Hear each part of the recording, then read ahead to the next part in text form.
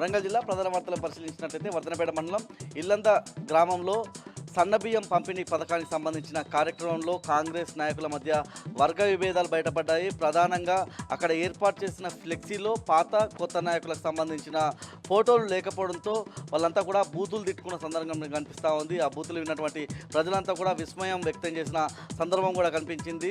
ఆ తర్వాత ఆ గ్రామంలో పాల్గొన్నటువంటి ఎమ్మెల్యేను కలిసే ప్రయత్నం చేశారు కొంతమంది ప్రజలు. ప్రధానంగా కొత్తగా తీసుకొచ్చిన ఇసుక పాలసీ బాగా లేదని చెప్పే ప్రయత్నంలో కలుద్దామనుకుంటే కనీసం ఎమ్మెల్యే కలవకుండా పోవడంతో అక్కడి ప్రజలంతా కూడా ధర్నా ఆందోళనకు దిగిన సందర్భం కనిపించింది.